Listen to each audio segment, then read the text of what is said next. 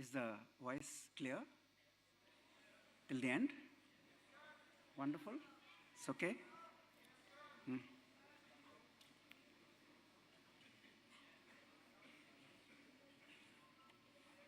अश्विनी जी, आपका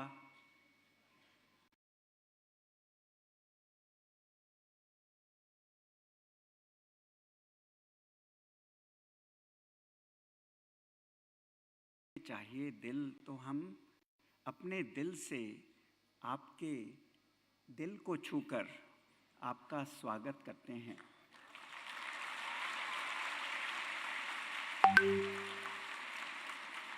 आपको सबसे आज बड़ा उल्लास, सबसे बड़ा उत्सव, उमंग इस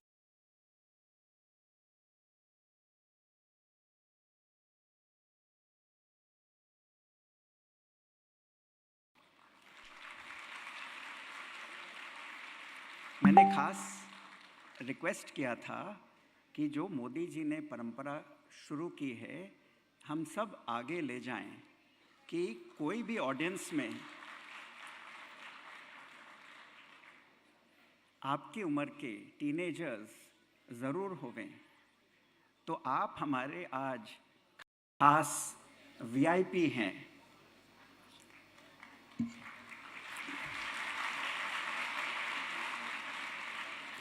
तो हम लेडीज़ एंड जेंटलमैन से शुरू करें, या ऐसा कहें कि संतों भाई सहज समाधि भली, संतों भाई सहज समाधि भली।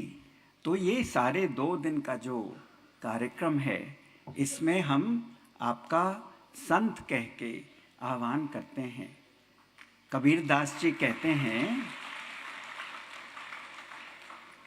संतो भाई सहज, सिंपल, वेरी सिंपल समाधि हो सकती है।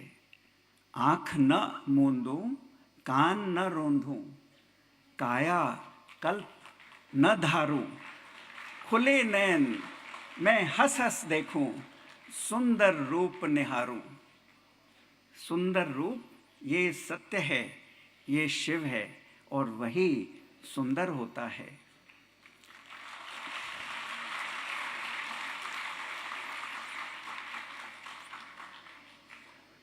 जब से मैंने टाइम्स में ज्वाइन किया, तो जर्नलिस्ट कहते थे कि मीडिया वॉच डॉग होता है। मैंने कहा ये तो अच्छा शब्द है, यदि डॉग का मीनिंग हम माने मैन्स बेस्ट फ्रेंड। लेकिन यदि आपका अर्थ है भौंकने वाला कुत्ता, तो वो हमारा रोल नहीं होगा। हम हर समय हर मुद्दे का कटाक्ष करने के लिए मीडिया नहीं चाहते हैं, क्योंकि मेरी जो कनेक्ट है आपके दिल से, पाठकों के दिल से, वो ये है कि हिंदुस्तान में रोज़ अखबार पढ़कर आप उल्लास और सेलिब्रेशन से अपने आप को भरना चाहते हैं, तो आप खास पाएंगे। और मीडिया के कंपैरिजन में हर जो त्यौहार होता है, वो मास्टहेड पर हम पेश करते हैं कुछ ही छोटे छोटे पिक्चर्स से। ये आपने देखा होगा, तो नया शब्द निर्माण किया, watch God, not just watch dog. तो ये दोनों शब्द आप एडिटोरियल पेज पे ऊपर पाएंगे कुछ हफ्तों से, वॉच गॉड, वॉच डॉग। और डॉग का अर्थ है मैन्स बेस्ट फ्रेंड। तो ये जो हमारा मीडिया है, वो मैन्स बेस्ट फ्रेंड वाला डॉग है, जो हर जगह भगवान को देखता है और हर जगह सब चीज़ ऊंचे से ऊंचे दृष्टि को देखकर उसमें प्रकट करता है। आप लोग में से हिंदी फर्स्ट लैंग्वेज वाले कितने हैं, और इंग्लिश हिंदी के फर्स्ट? हाथ ऊपर खड़े। अच्छा, तो और इंग्लिश के फर्स्ट लैंग्वेज, अच्छा, तो लगता है कि हिंदी के फर्स्ट लैंग्वेज वाले कुछ ज़्यादा दिख रहे हैं, तो कोशिश ये होगी कि हिंदी का प्रयोग ज़्यादा होवे। हमारे परिवार की जो सारा जीवन रहा है 3 पीढ़ियों से, वो ये रहा है कि ज्ञानपीठ का निर्माण जब मैं करीब 5 साल का था तो मेरे दादा और दादी ने शुरू किया कि जो ऊंचे से ऊंचा लिटरेचर है देश का, हर भाषा का, वो साधारण रूप में किताबें छापकर जो प्रॉफिट नहीं करेंगी, क्योंकि ये ऊंची जितनी चीज़ होती है वो कम लोग पढ़ते हैं। किशोर अवस्था में ये जान लो कि उसको पॉप लिटरेचर कहते हैं। जैसे पॉप म्यूज़िक होता है, वो लिटरेचर भी पॉप होता है। और ये भी आप किशोर अवस्था में जानो, तालिब कहते हैं कि वो किताबें पढ़नी चाहिए जो 100 साल से कम नहीं हो, 100 साल से जो प्रतिष्ठित हों, वो खास किताब पे आप अपना ध्यान रखें। पॉपुलर लिटरेचर लिखने वाले भी वो किताब पढ़ के आपके लिए लिटरेचर आज का बनाते हैं। ये मुझे समझ नहीं थी। जब मैं ज्वाइन किया तो उस समय संपादक गिरिलाल जैन मेरे से 40 साल बड़े थे, तो उन्होंने मेरी दृष्टि बदली। बोले मेरे ऊपर बहुत बड़ा भार है, बहुत बड़ा, क्योंकि हिंदुस्तान में रिसर्च बॉडीज़, थिंक टैंक्स नहीं हैं जो विदेश में होते हैं। यहाँ पे अखबार वाले ही थिंक टैंक हैं, रिसर्च बॉडी है, तो ये सारा भार मेरे कंधों पर है। तो मैंने विचार किया क्या कह रहे हैं। कहा कि the newspaper is as much as a man can read today. इससे ज़्यादा उसकी कैपेसिटी नहीं है पढ़ने की, तो न्यूज़पेपर पे ही सारा भार है। हम भी किशोर अवस्था में न्यूज़पेपर से ज़्यादा क्या पढ़ते होंगे, थोड़ा टाइम मैगज़ीन, न्यूज़ वीक। वो बोले ये तो बहुत बेस लेवल की मैगज़ीन्स हैं। आप भी ये सुन लो कि आप हर जगह खोजो कि आपके क्षेत्र में सबसे ऊंचा क्या अवेलेबल है। वो हम कोशिश कर रहे हैं कि अखबार के माध्यम से लिटरेचर को, 2 दिन का जो लिटरेचर फेस्टिवल है, वो अखबार के थ्रू फिर करोड़ों तक पहुंचाएं, क्योंकि ये किताबें करोड़ों लोग नहीं पढ़ते हैं, बट उसका जो सारांश है वो अखबार के माध्यम से आप सब तक, आपकी किशोर अवस्था की उम्र तक पहुंचाया जा सकता है। वो हमारा प्रयास है।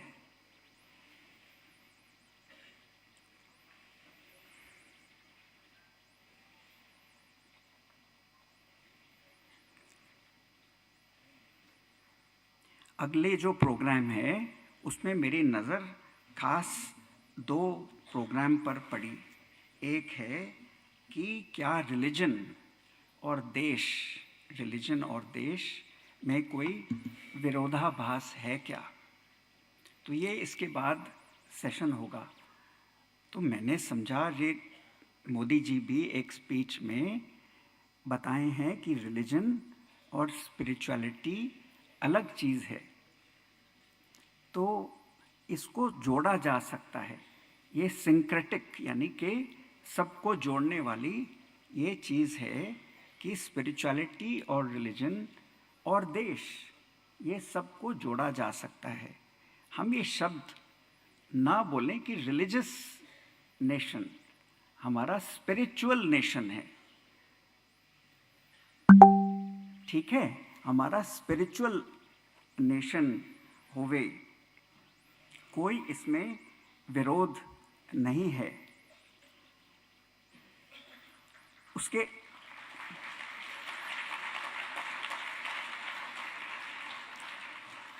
तो हम जो लिख के नोट्स लाए हैं उससे चेंज करके आप लोग को समझाएं कि स्पिरिचुअल शिक्षा का अर्थ क्या है। बहुत सिंपल है। जो आप स्कूल और कॉलेज में पढ़ेंगे वो फिजिकल साइंसेस होते हैं, फिजिक्स, केमिस्ट्री, मैथमेटिक्स, शरीर के बारे में बायोलॉजी, हिस्ट्री, मनुष्यों की हिस्ट्री, कुछ जानवरों की हिस्ट्री, प्लैनेट्स की हिस्ट्री, ये आपको बहुत थोड़ी मिलेगी। आपको मनुष्यों के आक्रमण, कौन सा राजा किस राजा को मारकर वो अपना देश में जोड़ लिया, केवल ये हिस्ट्री मिलेगी। ये तो बहुत छोटी बात है, ये बहुत छोटी बात है। आप पढ़ते हुए भी टीचरों से पूछिए कि ये आप हमें क्या पढ़ा रहे हैं हिस्ट्री। तो फिज़िकल साइंसेस ही केवल पढ़ाए जाते हैं। ये नाम यूनिवर्सिटी जो शब्द है, बहुत ध्यान दीजिएगा। यूनिवर्सिटी में यूनिवर्स का नॉलेज नहीं दिया जाता है। बहुत बड़ा शब्द,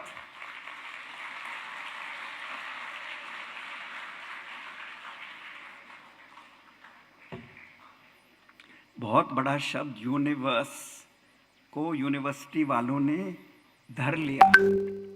लेकिन जो मैं आपको स्पिरिचुअल नेशन का आह्वान कर रहा हूँ, उसका अर्थ है कि इनविजिबल चीज़ों को समझना, धारण करना, ग्रहण करना।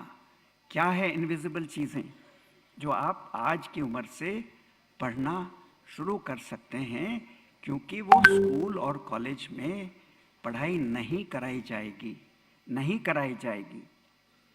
आपको बहुत छोटी चीज़ की पढ़ाई कराई जाएगी, सिर्फ आपको जॉब मार्केट के लिए जो चक्का है उसका एक अंश बनाने के लिए, कि सिर्फ आप एक अंश बन जाइए, सिर्फ आप अकाउंटेंट बन जाइए, सिर्फ आप एक सेल्समैन बन जाइए, सिर्फ आप कुछ लिखने वाले बन जाइए एक भाषा में। तो जो टोटलिटी है, 5 चीज़ें पेश करता हूँ। इनविजिबल साइंसेस को जानना है स्पिरिचुअल नेशन की निशानी। तो जो आगे रिलीजन और देश का विरोधाभास है, वो इससे बिल्कुल सॉल्व हो जाता है। वो इनविजिबल चीज़ें हैं। प्रेम कोई देखने की चीज़ नहीं है। ये प्रेम की जो स्टडी है, ये है इनविजिबल साइंस। फिर आकाश की स्टडी क्यों इम्पोर्टेंट है? क्योंकि वो कॉन्शसनेस और एनर्जी, शिव और शक्ति से भरपूर है। वो टस से मस भी नहीं हो सकती है, क्योंकि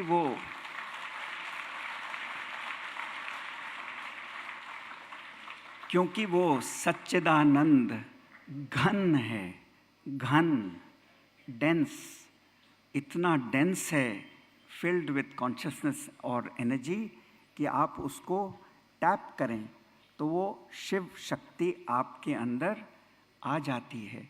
तू ही शिव का दुलारा, ढूंढता है तू किसका सहारा। एक और सेशन आगे है, हिस्ट्री और माइथोलॉजी, क्या इसमें भेद है? ये एक सेशन आगे आप लोग ज़रूर अटेंड करें।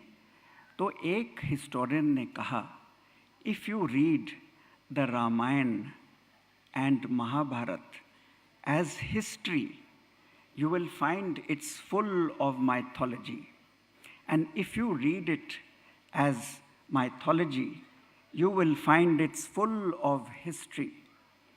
तो ये पढ़ते हुए दोनों चीज़ वहाँ पे बिल्कुल संगम हैं, दोनों में, रामायण और महाभारत में। तो ये आपको केंद्र बिंदु मिल जाता है जब आप इन शास्त्रों को पढ़ेंगे। तो आप बताओ कि हम जब क्लास 9 या 10 में थे, तो जो सेंट जेवियर्स स्कूल कलकत्ते का जो हिंदी टीचर हैं, वो हमें बहुत ऊंचे अध्यात्म और लिटरेचर का संगम के चीज़ें पढ़ाते थे। उसमें खास उन्हें अलंकार, अनुप्रास का शौक़ था। अनुप्रास इंग्लिश में एलिट्रेशन, जब एक ही शब्द या अक्षर बार बार यूज़ होता है तो उसका जो उच्च कोटि का सबसे ऊंचा उन्होंने मुझे सिखाया और बिना कोशिश के छोटी उम्र में याद हो जाता है। वो कहते हैं, रसखान 13वीं शताब्दी के कवि रहे हैं। क्या आप लोग ने पढ़ा होगा ना, जैसे हमने पढ़ा। रसखान तो पेश करता हूँ, पहले अर्थ समझा दूँ कि प्रेम से गोपियाँ कृष्ण, बाल कृष्ण को वश करती थी। प्रेम से कैसे बोलती थी, आओ मेरे आंगन में, तुम मेरे लिए नाच करो और मैं तुमको एक मटकी लस्सी की पिलाऊंगी। केवल इससे वो प्रेम से वश करते थे। और कौन हार गए इसमें? सब और हार गए। शेष महेश नरेश गणेश, सुरेशहु जाहि ध्यान लगावें। शेष, महेश, नरेश, गणेश, सुरेश, सब उस कृष्ण भगवान का ध्यान लगाते हैं और वो फेल हो गए। जाहि अनादि अनंत अखंड अछेद अभेद सुवेद बतावें। नारद से सुख व्यास रटि हारी गए तोय पार न पावें। और ताही अहीर की छोहरियाँ छछिया बर छाछ पे नाच नचावें।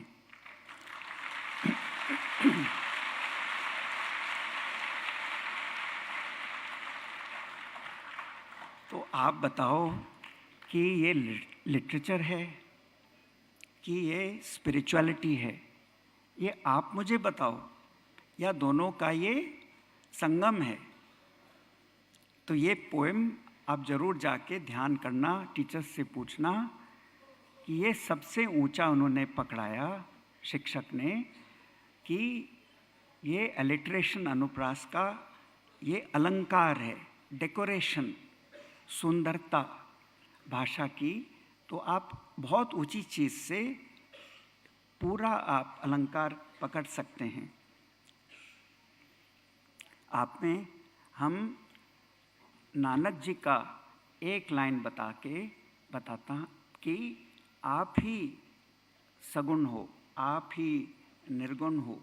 ऐसा नहीं है कि ये किसी और के लिए है, वो चीज़ आपके लिए है जो आप में आह्वान किया जाता है। निर्गुण आप, सगुण भी वो ही, कलाधार जिन सगली मोही। निर्गुण आप ही निर्गुण हो, आप ही सगुण हो। आप में जो कला है, जो 16 कला संपूर्ण है, वो आपने सारे विश्व को मोह के रखा है, प्रेम में जोड़ा है। इसका ये अर्थ है। अब आप बताओ कि ये लिटरेचर है, कि ये प्रेम है, कि ये स्पिरिचुअलिटी है? क्योंकि आप ही हो, आप प्रेम की आप गली हो।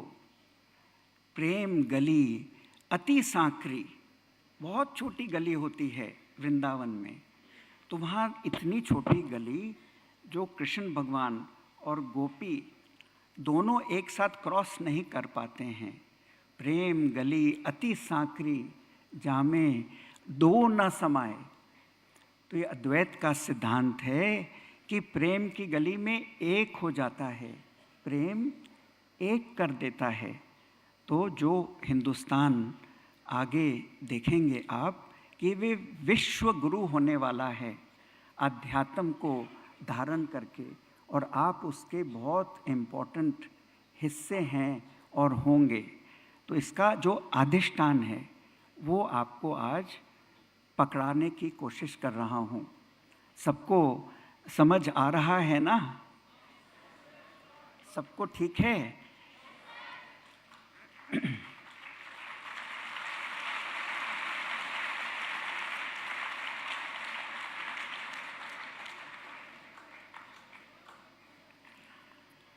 आप कर्तव्य पथ के बारे में सबने सुना होगा।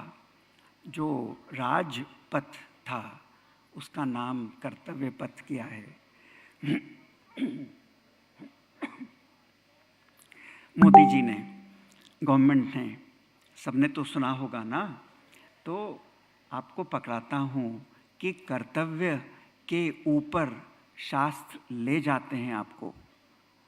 और वीर रस में जो दिनकर जी से हमने फेस टू फेस सीखा था किशोर अवस्था में, 13-15 साल की उम्र में, क्योंकि ज्ञानपीठ जो शुरू किया उससे हमारे घर में रोज कोई ना कोई लिटरेचर ज्ञानपीठ का विनर ज़रूर होते थे, डिनर टाइम पे या ब्रेकफास्ट पर।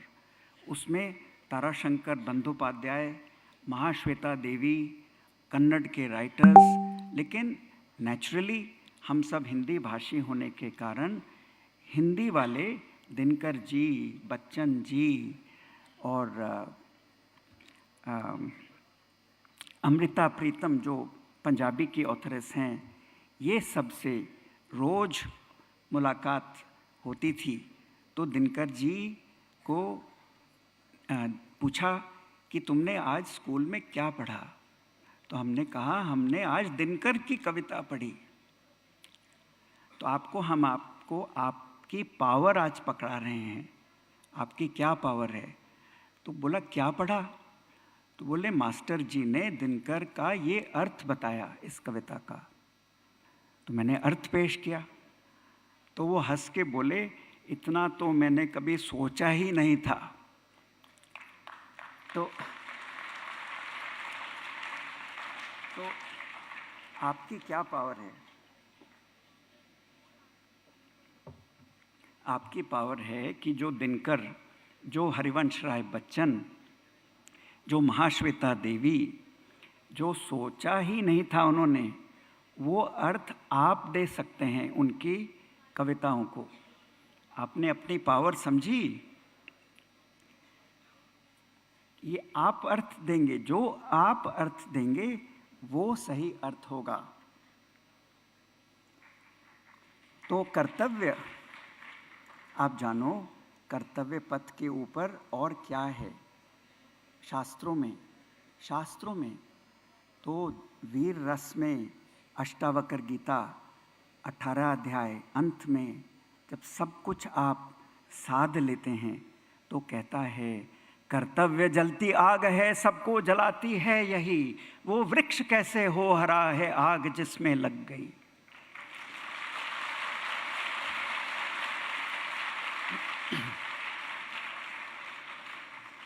लेकिन ये ऊंची अवस्था आप छिछलेपन से ग्रहण नहीं कर सकते हैं कि कर्तव्य के ऊपर चले जाएं। आपको वो 18 अध्याय में मिलेगा। आप 18 अध्याय पूरा करके तब ये पा सकते हैं कि कर्तव्य के ऊपर भी एक जगह है जो गीता में भी कहा है कि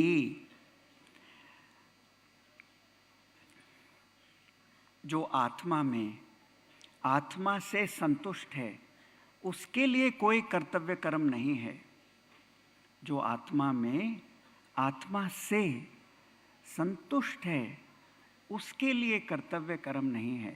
तो ये जब आपकी अवस्था होगी कि आप आत्मा से संतुष्ट हैं तो कर्तव्य कर्म के भी ऊपर एक अवस्था होती है जो एक स्पिरिचुअल मास्टर की होती है। हम उसको ऐसे रख रहे हैं आपके सामने कि ये जीवन का सबसे बड़ा उद्देश्य है। वो हम वहाँ तक ज़रूर पहुँचेंगे। आपको इंग्लिश में ट्रांसलेशन हर एक हिंदुस्तान के शास्त्र मिल जाएंगे। एक लाइन आप ग्रहण करें योग वशिष्ठ का, तो आपको जब जन्म और मृत्यु आपके सामने दिखेगा, अपने ही देश में कोई अर्थक्वेक, विदेश में कोई वॉर में, तो आपका दिल सूना होगा। लेकिन योग वशिष्ठ कहता है birth and death are verbal conventions like the rising and setting of the sun. यदि आपने नोट कर लिया अपने दिल और दिमाग में, तो ये आपके बहुत काम आएगा। ये एक लाइन, क्या ये लिटरेचर है, क्या ये अध्यात्म है, वो आप डिसाइड करो। हम तो कहते हैं उसका ये संगम है। जब आप स्पिरिचुअल टेक्स्ट को थोड़ा ध्यान देंगे, जो आगे हम सुन रहे हैं कि जितना हमने पढ़ा था स्कूल में, ये पढ़ाई और बढ़ाई जाएगी। तो ये जो लेखक सबसे बड़े हैं, जैसे शेक्सपियर, वो आपको लगेगा कि ये तो बहुत ही बाय कंपैरिजन लिटरेचर के रूप में वो आपको कम लगेगा। और उसमें एक त्रुटि है। हमने मैकबेथ को 3 साल स्कूल में और 3 साल कॉलेज में बाय चांस सेम शास्त्र था, सेम शेक्सपियर का। मैकबेथ या शेक्सपियर आप लोग पढ़ते हैं? हाँ, कुछ लोग हाथ उठा रहे हैं, शायद पढ़ाई, हाँ कई, शायद रोमियो और जूलियट अमेरिका में तो 16 साल की अवस्था में सबको ज़रूर पढ़ाते हैं। तो मैकबेथ में जो रानी, जो लेडी मैकबेथ है, वो हस्बैंड को कहती है कि राजा की हत्या करके तुम राजा बन जाओ। और वो स्पीच बहुत लंबी लंबी स्पीचेस हैं, और यंग एज में जब वो पढ़ना पड़ता है, वो अनायास याद हो जाता है और फिर वो दिमाग से निकालना बहुत कठिन होता है। ये डार्क साइड ऑफ लिटरेचर है, डार्क साइड ऑफ लिटरेचर कि लेडी मैकबेथ की स्पीचेस को याद करना और कंठस्थ करके स्टेज पे बोलना, या मैकबेथ की स्पीच को। तो ये डार्क साइड आपको स्पिरिचुअलिटी में नहीं मिलेगा, लेकिन केवल दिल और दिमाग को ऊंचा आकाश में ले जाने की प्रतिक्रिया आपको मिलती जाएगी। एक और आपको गूढ़ रहस्य बताता हूँ कि जो लिटरेचर होता है, जो गाने होते हैं, उसमें विरह के गीत ही प्राइज़ जीतते हैं। जहाँ प्रेम बिछुड़ गया, उन्हीं को प्राइज़ मिलती हैं। आप अपने जाके निकालो, वो ही गीत, वो ही लिटरेचर, थोड़ा दुख भरा, वो ही प्राइज़ जीतता है। अजीब बात है। और स्पिरिचुअलिटी का अर्थ है कि हम मिले पड़े हैं, हम शिव से, शक्ति से हम मिले पड़े हैं। आप में हम शिव भगवान का आह्वान करते हैं। जब आप शिव भगवान बन के पशु, कोई कुत्ते, कोई बिल्ली की आप रखवाली करते हैं, तो उस समय शिव भगवान का पशुपतिनाथ आप धारण करके उसको संभालते हैं। और शिव भगवान की बारात को आप जानो, वो क्या है बारात? जो लोग सोसाइटी में मार्जिनलाइज्ड हैं, बीच में नहीं हैं, जिनमें कोई समाज मानता है कि त्रुटि है, कोई कमी है, उनके वो रखवाले हैं और वो शिव जी के बारात में आते हैं।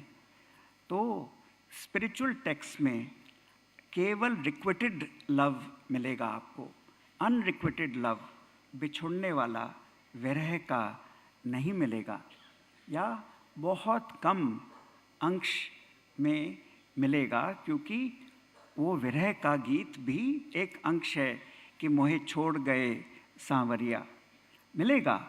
लेकिन मेन बात है कि जन्म जन्म से शिव भगवान यहाँ पे मैंने धारण किया हुआ है। तो ये रिक्विटेड लव है of me with the universe.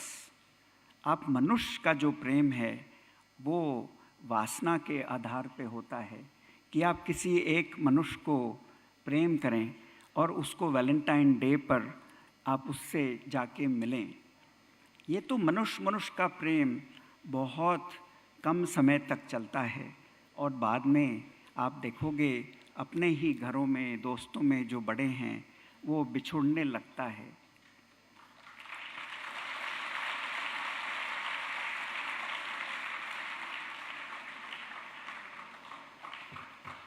वो जो प्रेम है वो वासना के आधार पे ही होता है, और जब वो वासना क्षय हो जाती है उम्र के वजह से, तो समझ नहीं आता है कि इस प्रेम का मैं क्या करूं।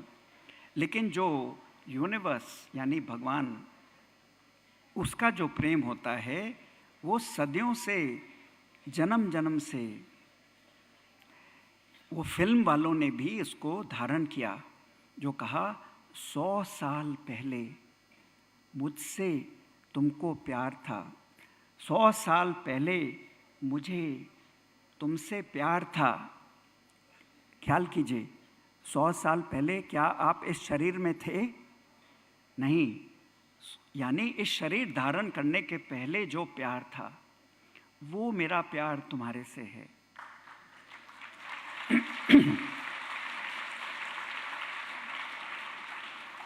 तो फिल्म डायरेक्टर भी कोशिश करते हैं कि बहुत ऊंची चीज़ को आज के पॉप म्यूज़िक से जोड़कर वो सबको पेश करें।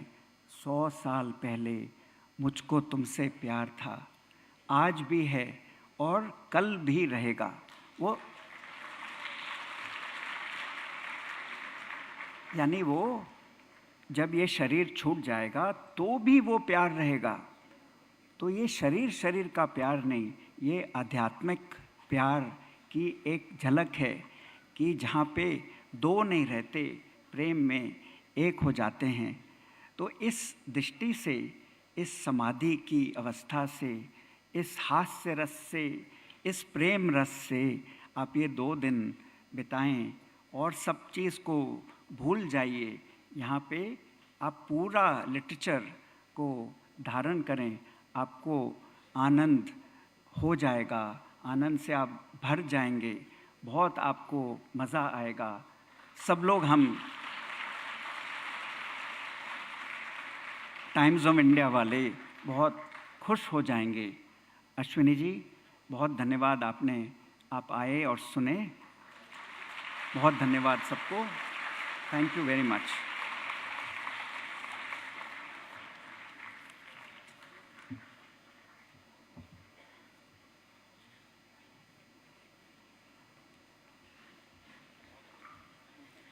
Thank you so much, sir, for your enriching and inspiring words. I now invite Shri C.K. Sharma, Business Head, DS Group, on stage for the opening address.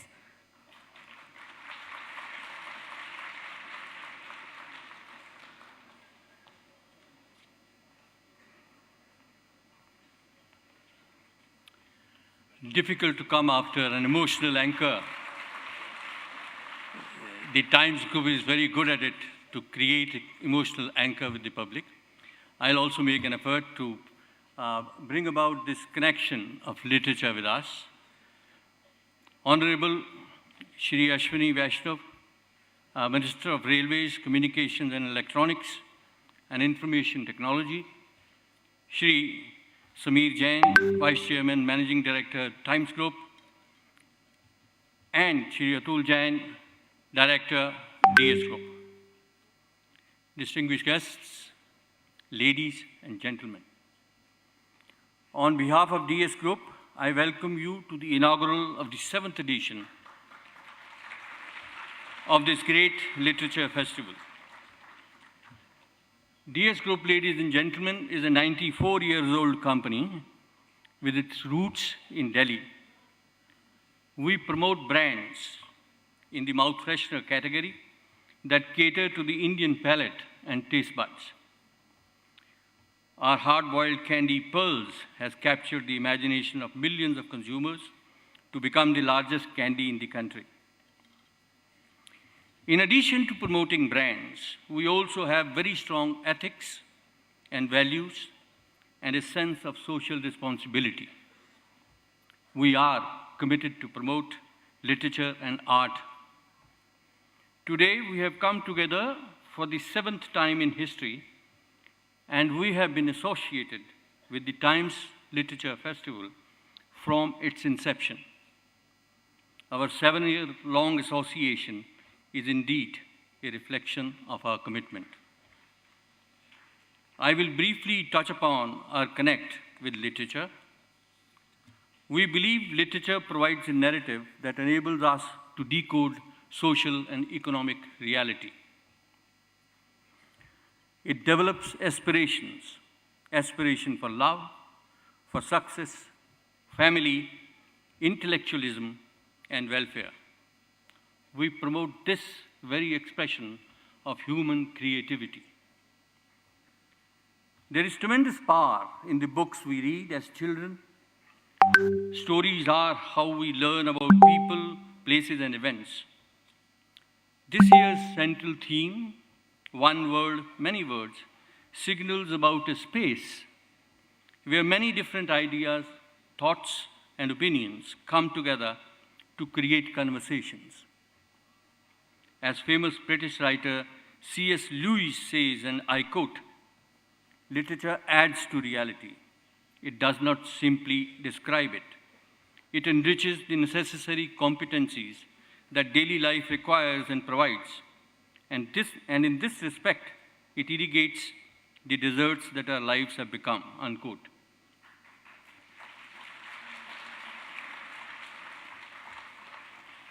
Our aim is to leverage literature as a tool for promoting culture and social interest. While our government is engaged in the promotion of literature in so many ways, its initiative of National Digital Library is unique, where young writers can find the right resources instantly. It will be our endeavor to join hands with the government to tap into creative possibilities opened up by this shift to digital literary forms such as e-books, digital archives, and electronic literature. In a manner of speaking, our sponsorship of literature is a payback. Being a marketing company, we have always borrowed from literature to write our advertising campaigns. Literature provides meaning to our advertising messages. The sponsoring brand Rajnigandha is all about aspirational success. Its advertising line says, "Kuch kar aisa, duniya banna chahe tere jaisa."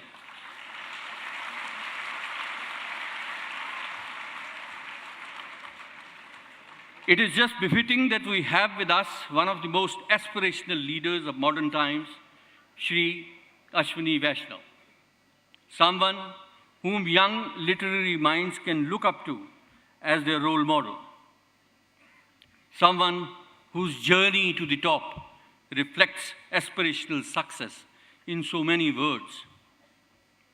Shri Vaishnav brings with him diversified knowledge of management, public administration, and political governance.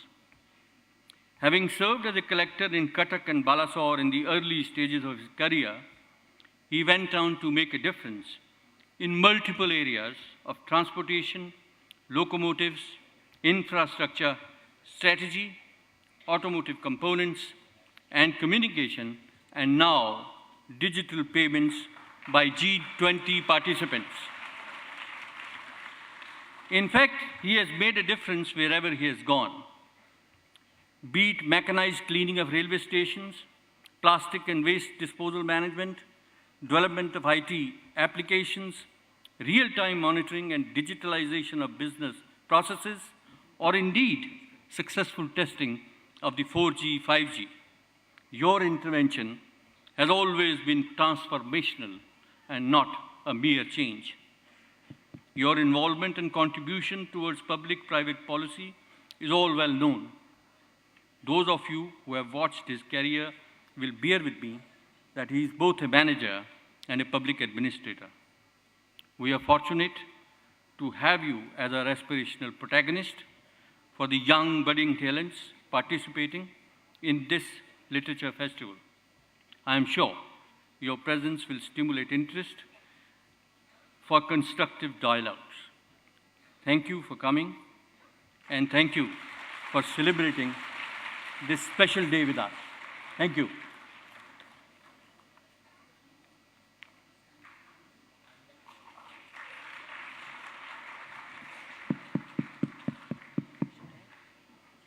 Saturday की सुबह मन करता है कि 11 बजे तक सोएं और आप बैठे हो यहाँ पे। कुछ तो स्पेशल है आप सब में। क्या सोच के आए थे, क्या इंटरेस्ट से आए थे, एक आध बताओ। हाँ, देखे देखे देखे देखे देखे देखे देखे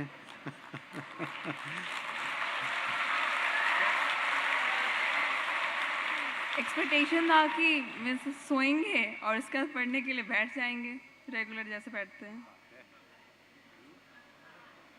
क्या एक्सपेक्टेशंस आए थे आज? सर कुछ सीखने के लिए मिलेगा, मतलब एक्सपीरियंस मिलेगा नया और एक्सप्लोर करेंगे। आप क्या सोच के आए थे? यही कि कुछ नया जानने के लिए मिलेगा यहाँ पे और कुछ स्पेशल। अग्रवाल कॉलेज।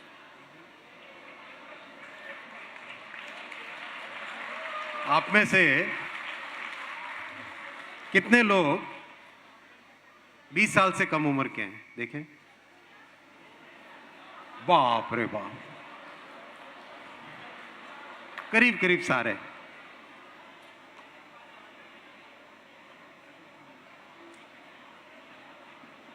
करीब करीब सारे ही, कम से कम 80-90% तो 20 ईयर्स से कम है। आप लोग आज हिंदुस्तान की एस्पिरेशनल जनरेशन हो। आप लोग को दुनिया की एक से एक अच्छी चीज के बारे में पता है। आपको जितना एक्सपोजर है, ऊपर बैठे बच्चे हैं, बच्चे तो नहीं हो, नौजवान हो,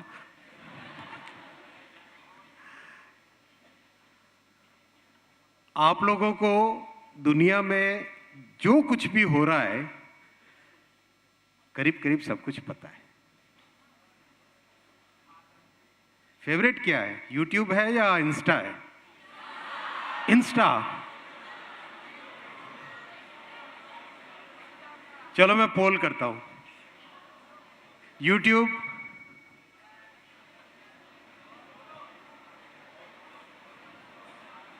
काफी है। इंस्टा, सारे ही सारे ही। इंस्टा पे रील्स ज्यादा अच्छा लगता है या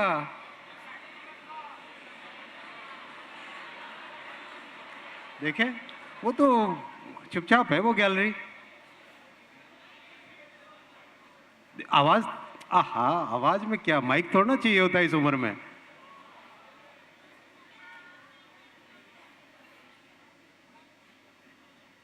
चलो आप बताओ, एस्पिरेशन जनरेशन को क्या चाहिए? वर्ल्ड की बेस्ट चीजें, जैसा दुनिया, जैसा यूरोप में होता है, जैसा जापान में होता है, जैसा अमेरिका में होता है, वैसा ही सब कुछ चाहिए। कितने लोगों ने यूट्यूब पे या इंस्टा पे एक ट्रेन का वीडियो देखा होगा जिसमें ट्रेन 180 kmph की स्पीड पे चल रही है और पानी की ग्लास, दिखाता हूं मैं आपको, जिसने नहीं देखा उसको मैं दिखाता हूं। ये वाला वीडियो कितने लोगों ने देखा है? देखा है?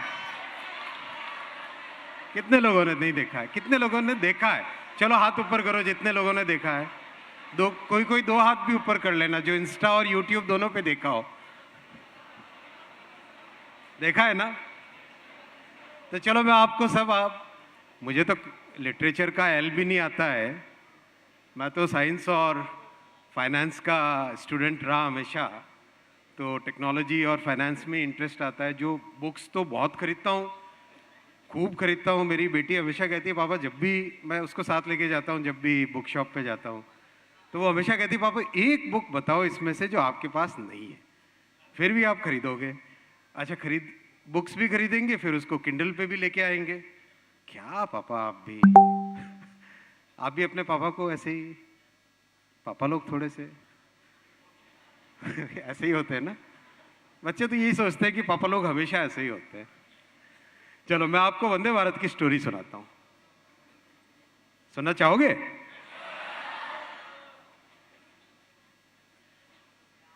वर्ल्ड की सबसे जो कॉम्प्लेक्स मशीन्स होती हैं, उन मशीन्स में से एक मशीन है ट्रेन।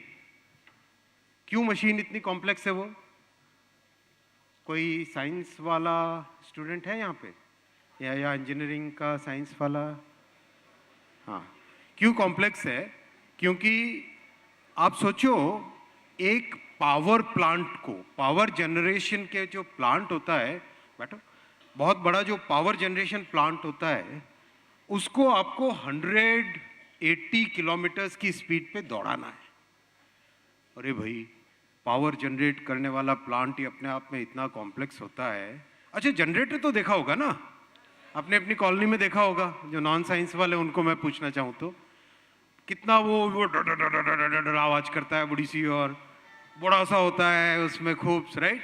सोसाइटी के पास देखा होगा ना जनरेटर। तो अब सोचो, उस जनरेटर से 4, 5, 6, 7 गुना कॉम्प्लेक्स कोई चीज है, उसको चलाना है 180 kmph की स्पीड पे। 180 kmph। वही कितने लोगों ने अपने, कितने लोग बाइक चला के आए यहाँ पे? हाँ, मेट्रो अच्छी है। मेट्रो कितनी स्पीड पे दौड़ती है? 80, 70। कार को अगर आप 100 की स्पीड पे चलाओ, कितना उसमें कॉम्प्लेक्सिटी आ जाती है। कभी कभी कार चलाते हैं 100 से ज़्यादा चलाते हैं हाईवे पे जाने के टाइम में। या फिर फार्मूला 1 रेसिंग तो देखी होगी वीडियो पे, क्या स्पीड आती है। मजा आता है ना। अब इसको 180 kmph की स्पीड पे चलाना, it's really complex. I must tell you, how do we manage the interaction between the wheel and the rail? कैसे उसको, कैबिन को मेंटेन करना है, कैसे एरोडायनामिक्स को मेंटेन करना है, किस तरह से एक एक चीज की ध्यान रखना पड़ता है। ब्रेक लगाना हो अचानक, अगर 180 की स्पीड पे अचानक ब्रेक लगाना हो तो वो कैसे लगेगा? उसको स्पीड को पहले से स्लो करना हो, कैसे होगा? It's really complex. तो जब मोदी जी ने 2017 में रेलवे की पूरी टीम को टारगेट दिया कि वर्ल्ड क्लास ट्रेन बनानी है, सबसे पहले हमारे लोगों ने क्या किया? सोचो, एयरलाइन का टिकट खरीदा, एरोप्लेन का टिकट खरीदा। चलो भैया जर्मनी चलो, चलो जापान जाओ, चलो फ्रांस जाओ, उठा के लेके आ जाते हैं ना। वर्ल्ड क्लास ट्रेन लानी है, मोदी जी ने कहा वर्ल्ड क्लास ट्रेन लानी है, ये थोड़ा ना कहा कि कुछ और करना है। वर्ल्ड क्लास ट्रेन तो कहाँ मिलती है? वर्ल्ड क्लास ट्रेन मैंने यूरोप चलो, जापान जाओ, जाओ फ्रांस। गए ऑफिसर्स हमारे, हम लोग सब जाते हैं, कोई बड़े बड़े ब्रोशर्स उठा के लाए, उस कंपनी से मिले, इस कंपनी से मिले, सबसे मिले, मिल मिला के इतना इकट्ठा बड़ा प्रेजेंटेशन लेके आ गए। मोदी जी के सामने लेके आए प्रेजेंटेशन सारा। सब इस ट्रेन में ये फीचर्स है, ये इस ट्रेन में ये फीचर्स है, ये ऐसी अच्छी है, ये 20 साल से चल रही है, ये वो हो रहा है, ये हो रहा है, वो हो रहा है। जम के अच्छे अच्छे प्रेजेंटेशंस किए। मैं ये स्टोरी इसलिए सुना रहा हूं आपको, ये रियल है, रील्स नहीं है, रियल है, कि आपकी जनरेशन के लिए कैसी फाउंडेशन तैयार हो रही है, आपकी जनरेशन के लिए कैसा एक देश तैयार हो रहा है, वो आपको जानना जरूरी है।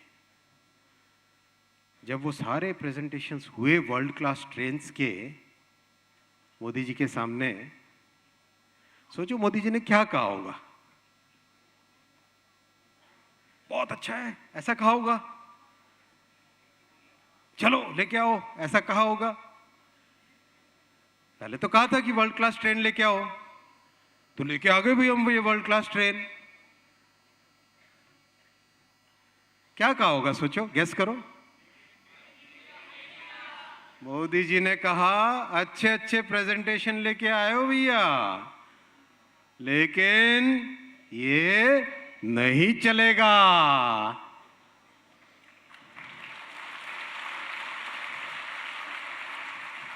एकदम थम्स डाउन हो गया, कुछ नहीं चलेगा ये। तो फिर क्या करें भाई? ये नहीं चलेगा तो क्या चलेगा, कैसे करें?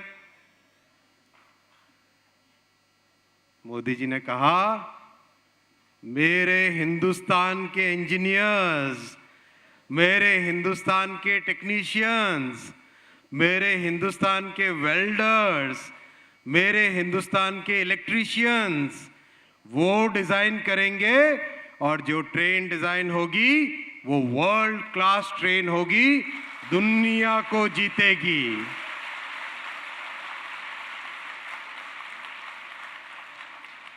एक जज्बा ही अलग है। साथियों, आप सब मेरे नौजवान साथियों, मेरे इस देश के भविष्य हो। देश को जो बिल्ड करने का जज्बा होता है, सोसाइटी को आगे ले जाने का जो जज्बा होता है, कंट्री को एक स्ट्रॉन्ग फाउंडेशन देने का जो माइंडसेट होता है, वो माइंडसेट अलग होता है। उस माइंडसेट में रिस्क लेने की क्षमता होती है। उस माइंडसेट में बड़ी से बड़ी चीज को, बड़े से बड़े चैलेंज को लेने का एक अंदर जज्बा होता है। उस माइंडसेट में ये होता है, बड़ी से बड़ी डिफिकल्टी आएंगी, उसको हम फेस करेंगे। कितनी भी डिफिकल्टी आए, हिम्मत नहीं हारेंगे, और जो अपना गोल है उस गोल को अचीव करके ही रहेंगे।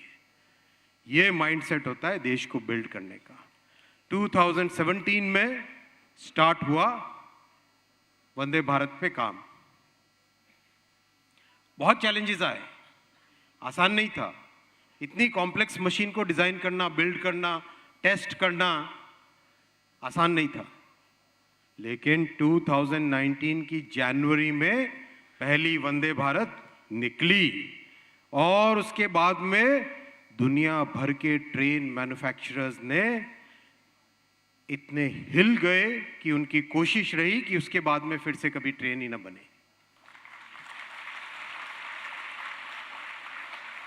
लेकिन आपकी जब फाउंडेशन तैयार करनी है, आप लोगों के लिए देश को अगर तैयार करना है, हिम्मत हारने वाले लोग नहीं है, जज्बे वाले लोग हैं। कितनी भी डिफिकल्टी लेके आए ग्लोबल मैन्युफैक्चरर्स, मोदी जी ने कहा नहीं, अब चालू करो। पहले टेस्ट किया उसको 1.5 साल, ह्यूमन एंगल है, इतने लोग, लाखों लोग ट्रैवल करते हैं, तो उसकी टेस्टिंग बहुत ही अच्छे तरीके से होनी पड़ती है। टेस्टिंग हुई, जो चेंजेस करने थे चेंज किए। आप सोचो, जो पहले 2 ट्रेन बनी, उन ट्रेन्स ने बिना रिप्लेसमेंट के, कोई मशीन होती है खराब होती है तो उसको रिप्लेस करना पड़ता है, मेंटेनेंस के लिए रिप्लेस करना पड़ता है, लेकिन बिना रिप्लेसमेंट के करीब करीब दुनिया के 18 चक्कर लगे, पूरी दुनिया के, पूरी जो अर्थ है, साइंस वाले 2 पाई आर पेरीमीटर कम है, कोई नहीं, साइंस अच्छी जगह, साइंस बहुत अच्छी चीज़ है, साइंस को कभी इग्नोर नहीं करना। लिटरेचर भी बहुत अच्छा है, साइंस से भी ज़्यादा अच्छी है।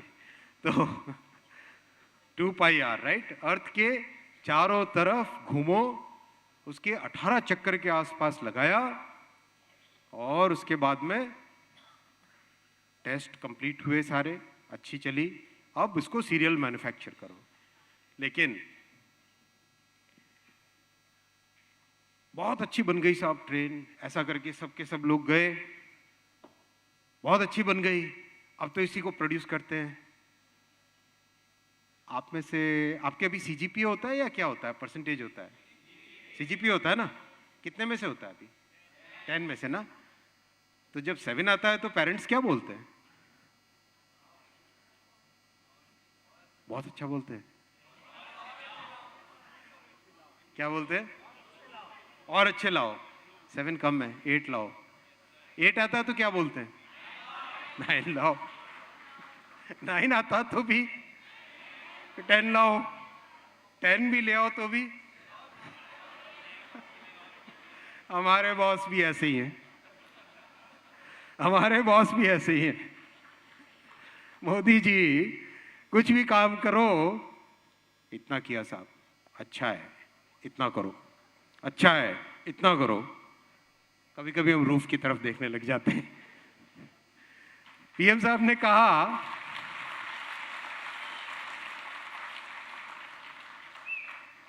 अच्छी है ट्रेन, इसको और अच्छा करो,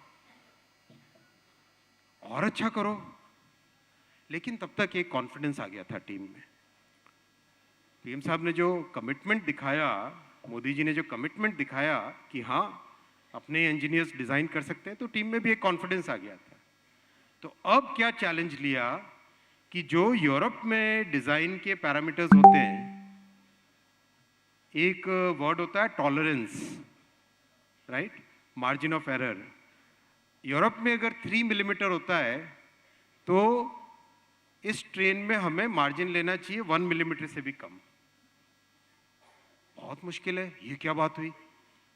उसका इम्पैक्ट क्या पड़ेगा? उसका इम्पैक्ट ये पड़ेगा जो आपने इस वीडियो में अभी देखा।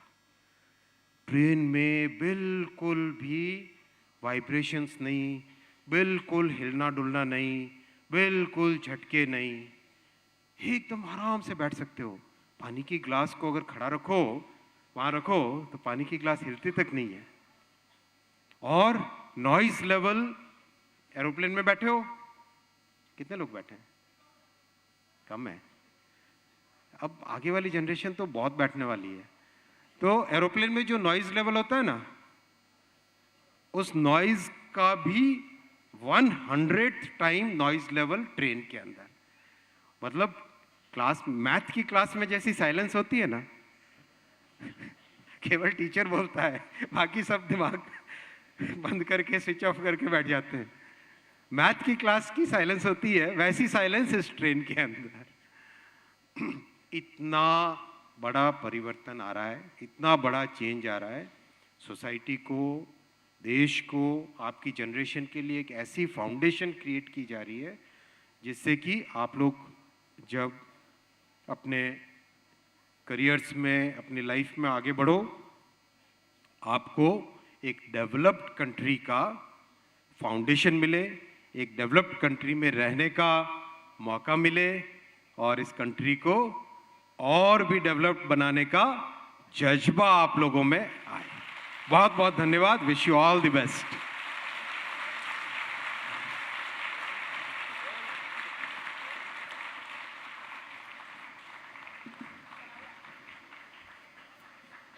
May I now request Honorable Chief Minister Shri Atul Jain and Shri Samir Jain to please go to the logo for a photo op.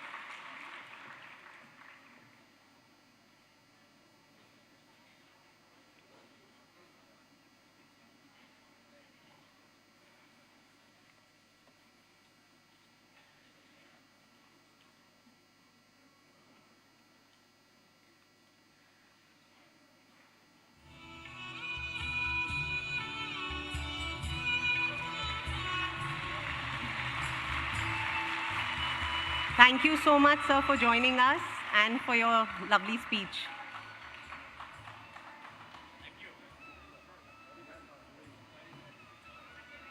Thank you. Thank you.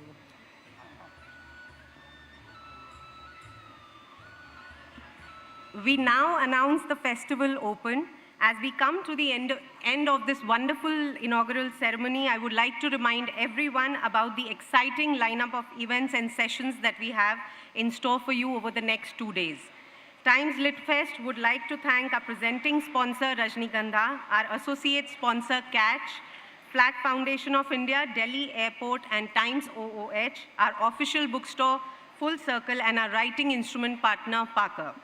I urge you to come to listen, to engage, and to be a part of this amazing literary journey. Thank you so much.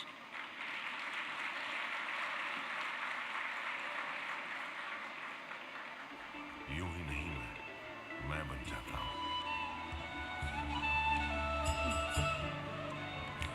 Thank you so much, Kalpana, for doing us the honors. Can we increase the volume of the mic, please? Console area. Console, can you increase the volume and the bass of the mic, please?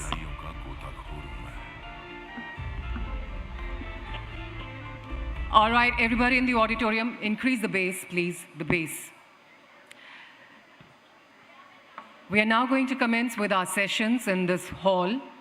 For those of you जो अभी आए हैं उन सभी को मैं बताना चाहूँगी कि this is auditorium number 1 named as Rajnigandha. We will be having 8 total sessions in this hall. Simultaneously, there will be other sessions going on in the other halls. There are in total 4 halls that we have for the Literature Fest. And may I request everybody to kindly remain seated as we are now going to commence with our sessions of the day. Good morning, ladies and gentlemen. I'm Shelly Rakheja, and I welcome you all to the Times Literature Festival 2023. The Times Literature Festival Delhi has been firmly established as one of the most awaited literature festivals in the literary world, and the proof of it is all the students sitting out here patiently since morning, eagerly waiting to listen to what's going to unfold in the during course of the day. We are all gathered here to celebrate the 7th edition of the festival with the theme, One World, Many Words.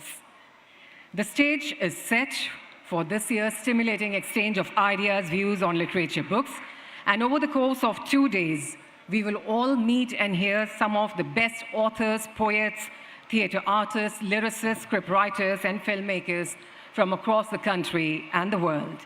They will be speaking their mind freely and inspire us, all of us who are sitting here listening to the views and ideas.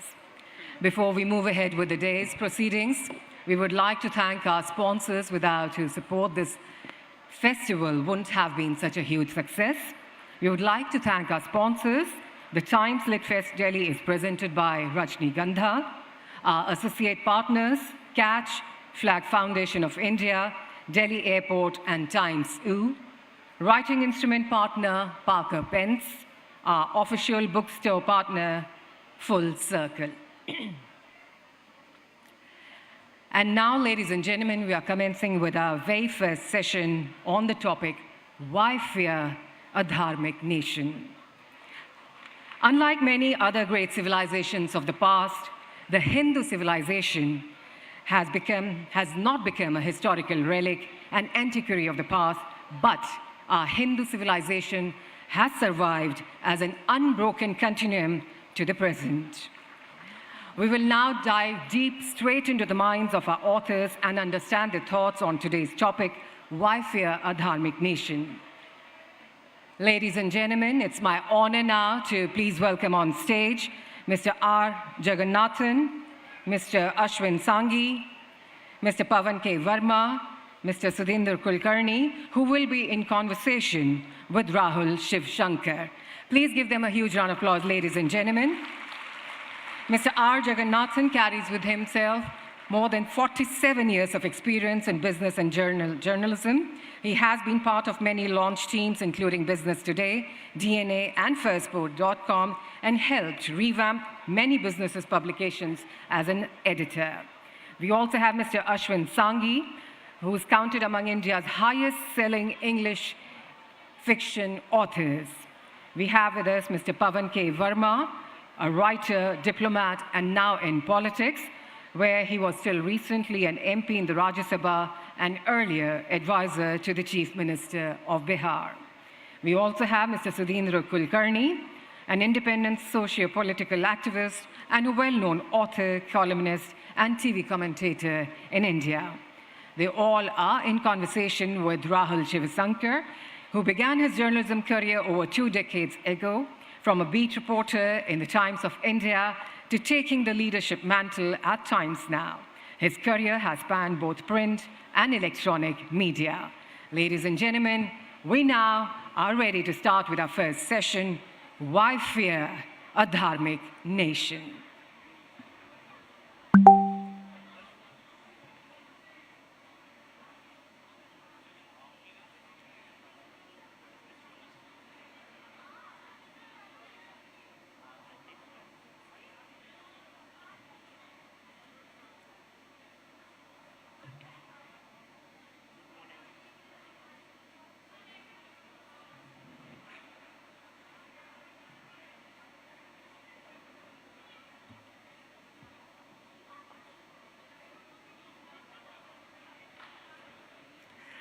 While we are waiting for our authors, Mr. Pavan K. Verma and Mr. Sudhindra Kulkarni,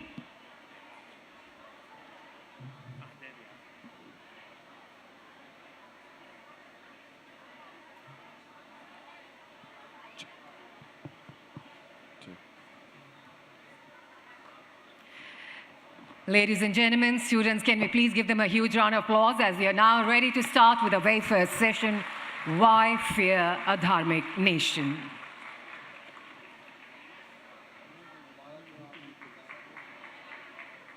Hello, sir. How are you? Good to see you.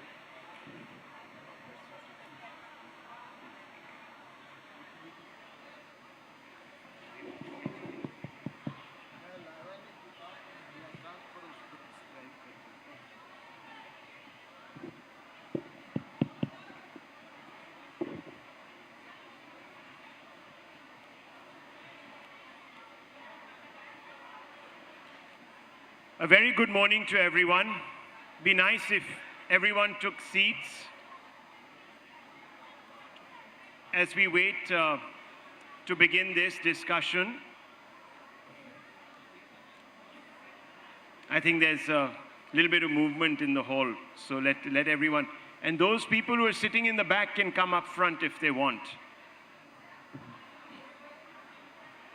That's right.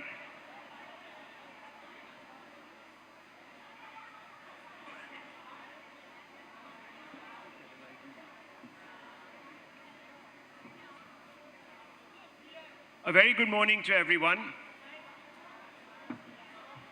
We're obviously meeting after a break of 2 years, and it's lovely to be back amongst people once again.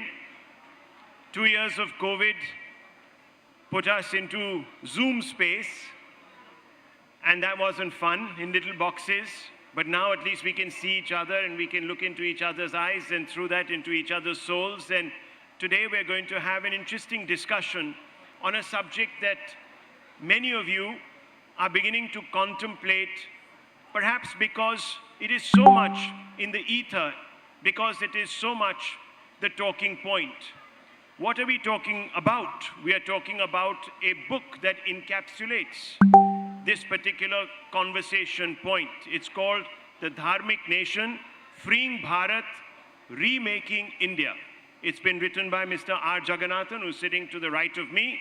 It's published by Rupa, and you can purchase this at any leading bookstore. And I would highly recommend that you do, because it has come highly recommended from just about every critic who has set their eyes and read through this. We obviously are discussing ideas in a literature festival, and Mr. Jagannathan, who's been an opinion maker and a journalist, has already grappled with one other big issue, which was jobs. And now, of course, in this particular book, he attempts to grapple with another fundamental idea. What is our nationhood?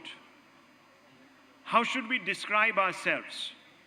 Where does secularism fit in with our concept of a dharmic civilization? Is dharma to be confused with religion? Many people in the West and those who call themselves Indologists have often conflated the two terms. His book not only tells us that this is not quite the meaning that is intended as it is studied in the West, but also it breaks down certain preconceived notions of what is Hindutva and a Hindu Rashtra. But first things first, let's talk to Mr. Jagannathan and our esteemed panel that has already been introduced to all of you, and I don't see a better collection of minds to discuss this issue. Mr. Jagannathan, a dharmic nation, according to you, is not a theocratic state. It's not a religious state. Can you explain why? Because everyone conflates dharma with religion. Absolutely. Can everybody hear me? Can everyone hear Mr. Jagannathan? Yeah, thank you. Yeah. Before I start, let me also say, part of the inspiration for the book came from Pavan Verma's book, The Great Hindu Civilization, which I read and interviewed him about. A lot of my thoughts also congealed after I read that, and many other authors. The point of dharma, broadly, which means that which upholds or which supports is not really about religion. It's about sustaining a larger cosmic balance at the largest level, and at the smallest level, it means sustaining divergence and this diversity without us having to slaughter one another. Now, this idea that if I am right, you have to be wrong, is entirely a non-dharmic concept. In dharma, the opposite of black is not white. It is often not black. I mean, so there are a variety of responses in dharma. And one of the conference theme, one word, many words. It's actually a different way of saying ekam sat vipra bahudha vadanti. A same thought might come in different ways. So dharma is about accepting diversity as the norm and making sure that everybody lives according to his or her own ideals, but in a live and let live fashion. So dharma is what defines our nation. Before that, I'll say two other points. The reason why I even thought that we need to define our nationhood is because we are not a republic created in 1947, nor are we a product of just the constitution thought up by the best minds we had in the late 40s. It is actually the reason why we are still a democracy and all the remaining places in South Asia are not really democracies, is because the thought that we must live with diversity preceded the birth of modern India in 1947. So that is what we need to celebrate. And for us, we need to define, are we defined by a constitution where we borrowed ideas, no doubt the best ideas from the world, from Irish constitution, American constitution, French constitution, German constitution. So then I asked myself, really, what is Indian about this constitution? I'm not saying there's anything wrong with the constitution. It's a wonderful constitution. Does it come from the soul that is India? Which I don't know whether it does or encapsulate. If it does, you don't need 145,000 words to write a constitution for India, because a simpler thing, dharma as a way of life, as a way of accommodating differences, is certain to keep us together, because everybody has to uphold dharma, no matter what religion you belong to, what caste or creed you belong to, because dharmo rakshati rakshita. So dharma protects those who protect dharma, and this involves all those people. You don't have to be in one religion to protect dharma, you have to protect the larger balance. So that's why I thought, just like 30 years ago, Samuel Huntington tried to define what was Western civilization, and he asked the question, who are we? We are a product of the Judeo-Hellenistic Christian civilization. Who are we when we ask ourselves? We are a product of this dharmic civilization. We are a civilizational state, not a nation state. And you can see nation states crumbling all over. You can see Westphalian nation states in Europe fighting one another. After 2 world wars, they have started a 3rd world war and nearly a 3rd world war among 2 Christian nations. So nation state does not define what is modernity. So you have got the idea of the civilization, that's more important, that it happens. Most of the civilization is in South Asia, is what makes us one. But unfortunately, in 1947, it became 2 different civilizations. One civilization trying to project itself more as the West Asian one. What is left is what is the dharmic civilization. But we need to include them at some point. I don't know how. But I think primarily, if all religions accept the idea that we have to live together, we have to accept differences, and we have to uphold dharma, which is not religion, but a larger balance between differing ideologies. That is what we need to define ourselves. Some other questions I can answer later. I just thought it will come to it. Thank you. Mr. Verma, of course, you've written an epic just a few years ago, during the height of the lockdown, where you have spoken about how many people grate against the idea of conflating Hindu dharma, and they chafe at it, suggesting that it has a religious connotation, and therefore it shouldn't apply to our sense of nationhood. First of all, who are these people? Why did they do this? And why do you think it is compatible actually with our sense of nationhood? Thank you, Rahul, and let me first congratulate Mr. Jagannath for his book, because it opens up the possibility of debate. We are a dialogic civilization. The Upanishads were a dialogue. The Gita is a dialogue. The Brahma Sutra also always admits the opponent's point of view. So we are a dialogic civilization, and it's time to discuss this. My book, The Great Hindu Civilization, deals with dharma. But it was written primarily because I believe there were some people who, in order to legitimately recognize the verifiable achievements of ancient India, automatically conflated it with glorification of Hinduism, and therefore something which is against secularism. And I don't agree with that point of view. I think history must be told truthfully. I believe some of the peaks of refinement of a great civilization, because we are a young nation, but an ancient civilization which goes back to the dawn of time, need to be recognized. And it is in my endeavor to give them the importance and the attention and study they deserve without diluting my non-negotiable faith in the respect of all religions. So I am talking about Hindu civilization. Now, as far as the subject today, and you asked me, you see, if we conflate or equal dharma only with religion, then we are devaluing the remarkably sophisticated concept of dharma in Hinduism. Dharma is not religion. Dharma can be religion, but in the Hindu mind as it involved, dharma is, as Jagannathanji said, it comes from the root word dhra, which means to support, to uphold, to sustain. And its meaning variably is code of conduct, duty, virtue, goodness, right action, piety, law, custom, compassion. That's broadly the notion of it. Now, the word dharma is a very ancient one. It goes back to the Rig Veda. It's there in the Dharma Shastras, which were again written BCE.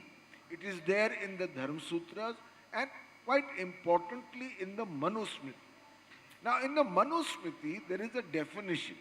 I think one of the most exact definitions of dharma, where it says, and I can quote the Sanskrit if you want to me. Please. But it's very simple. Dhriti, Kshama, Damosteyam, Shocha, Indriya Anigraha, Dheer Vidya, Satyakam Krodho, Dashakam, Dharma Lakshman. These are the 10 Lakshanas of Dharma. Now, they translate into, and this is important, steadiness, forgiveness, self-control, abstention from unrighteous appropriation, purity, control of sense organs, discrimination, knowledge, truthfulness, absence of anger. The other three things, and this is, by the way, Rahul, because, we treat dharma with a very sophisticated notion. In India, there are no 10 commandments. There are no 10 commandments. Dharma has a contextual concept, and there is no absolute good and absolute wrong. But apart from this definition, which lays out the normative framework of what is good conduct, you also have the 3 Ds, which are now considered to be the pillars of dharma. One is dana, charity. The other is daya, compassion or empathy. And the third is dharma, restraining one's passion. So these are the broad definitions of dharma, and I will add, just because it's an introductory statement. In the Mahabharata, dharma is repeatedly emphasized as ahimsa paramo dharma. Non-violence is the supreme dharma.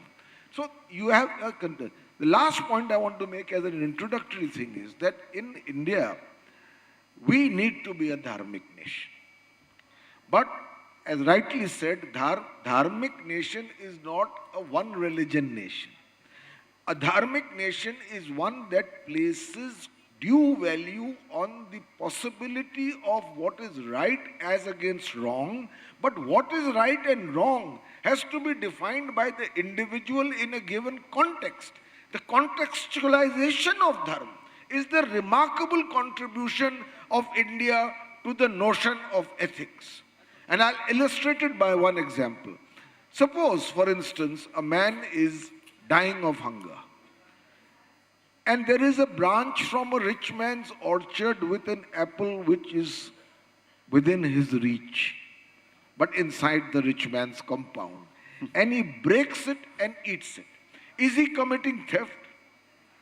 Or is it a legitimate act of survival? Now, for instance, some of the Abrahamic faiths, there is an absolute judgment on what is called non-stealing. Hinduism will deal with it contextually. And that is important because the important thing to understand is that because we are an ancient civilization, we have hesitated to define dharma in absolute terms, but indicated an ethical framework in which to pursue it. In fact, I'll just end by this. In the Yaksha Prashna of the Mahabharata, the Yaksha asks Yudhishthir, what is dharma? And Yudhishthir, this is the most brilliant, one of the most brilliant parts of the Mahabharata, Ashwin has done much more work than me on it. But Yudhishthir says, you cannot, neither reason nor sacred text nor an authoritative sage has absolutely defined dharma. The meaning of dharma is hidden in a cave. And when Draupadi confronts him, that how could you allow the adharma of one woman married to 5 men? Yudhishthir, who is the eldest, says, Draupadi, dharma is sukshma, subtle. This pleases me, so it must be right. In other words, this is a very sophisticated concept in Hinduism. We are a dharmic civilization, but we are not a unidimensional religious state. Mr. Sanghi, let me continue this conversation forward, and I'll come to you also, Sudhindraji. Mr. Sanghi, the fundamental question that I want to pose now, after hearing the 2 introductory statements, is simple. If our civilization is supported or undergirded by dharma, if our Hindu civilization is undergirded by dharma, which is actually a large rubric, a framework of normative assumptions and practices which make us ethical, then obviously Hindu ethos is integral to preserving our sense of secularism. Of course. Can you explain why? So I'm so glad that you asked me that question, Rahul, because because fundamentally, yes, when you associate absolutely. the Hindu ethos with secularism, people say, but how can you do that? How can you do that? But this is the point, that when you talk of the ethos, it is a no formula. And that's so wonderful about the moment you get into Sanatan Dharma. I mean, today, for example, as against, let's say, an Abrahamic view, which is there is one true God, and if you don't worship that true God, then in that case you are damned to hellfires. Here you can have 33 kotis of deities. You can have the Buddha being worshipped as the 9th avatar of Vishnu. You could have Christ being accommodated on the facade of a Hindu temple. Or for example, you could have a figure of Nanak, or a figure of Sai Baba, or a figure of Christ or Mahavir in your puja, and you will instinctively bow down your head because you know that all faiths are path to that same divine. You could see the path to enlightenment as yantra, tantra, or mantra, and all of them are equally acceptable. You could be astic, nastic, tantric, spiritualistic, ritualistic, or simply fantastic. And all of those are acceptable views.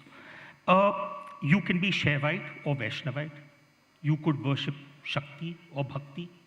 You could consider the path to be Artha, Kama, Dharma, Moksha. You can worship a stone, a statue, a cow, a monkey. You could worship a river, a mountain, the sun, the moon, and all of them are legitimate forms of worship. You may call a stone a shivling, and I will call that shivling a stone. Both of us are welcome. We are both accepted into the norm. We could be vegetarians, we could be omnivores. You could pray in your home or in your temple, or you could pray in a cremation ground, or you could pray on the banks of a river. All of those are legitimate. We have 300 versions of a Ramayana, but my version does not delegitimize your version of the Ramayana. So in that sense, the Upanishadic ideal of Vasudeva Kutumbakam is perfectly illustrated in what we have going in our country. And that is where I think to a certain extent, we do need to preserve this, and we need to understand where it came from. That I seem to agree with both Mr. Verma as well as Mr. Jaggi, that honestly speaking, did we come into existence in 1947? Did all of this happen in 1947 as a result of Constitution? In fact, as far as I know, please correct me if I'm wrong, the original Constitution did not have the word secular in it. So were in some ways Ambedkar and Nehru mistaken in terms of omitting that particular word? It was introduced in the 1970s during the emergency years. To my mind, it was actually an implicit and tacit acknowledgement of the fact that we are a dharmic nation and we have a dharmic ethos. And therefore, in that sense, the majority will be fair with the minority. That's the way at least I look at it. That's a very important point, Sudhindra ji. And now, you have worked with former Prime Minister Atal Bihari Vajpayee ji. And in 1988, during Savarkar's birth anniversary, Vajpayee ji said, and I quote him, "At a fundamental level, India is a Hindu nation. For me, Hindu nation and Indian nation are synonyms." Vajpayee ji also said, and I quote, "Savarkar envisioned a state that does not distinguish between citizens based on religion and worship. He spoke of a state that treats all equally, but Savarkar said the nation will be a Hindu nation. There is a difference between nation, Rashtra, and state, Rajya, and this difference must be explicit," unquote. Now, so if there is a clear distinction between the Hindu nation and a Hindu state, Rashtra and Rajya, why resist a Hindu Rashtra? Why, when the RSS talks about it, when Mohan Bhagwat defines it in a civilizational term, does it still elicit a degree of derision? Let me begin. Press the button, sir. Yeah. You can use now. There's a button just under the box. Let me begin by congratulating Jagannath ji for writing this book, which, as Pawan ji has said, contributes to a very important debate. Not having read the book, I can't comment on the book, but you made a very important point by saying that dharma does not mean that I am right and you are wrong. There are many sides to a truth. And our rishis also have acknowledged it.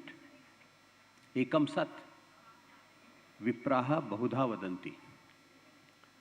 You are also right in saying that India did not come into existence in 1947. It's a civilizational nation, although 1947 is a very important stage in the evolution of the nation which should not be belittled.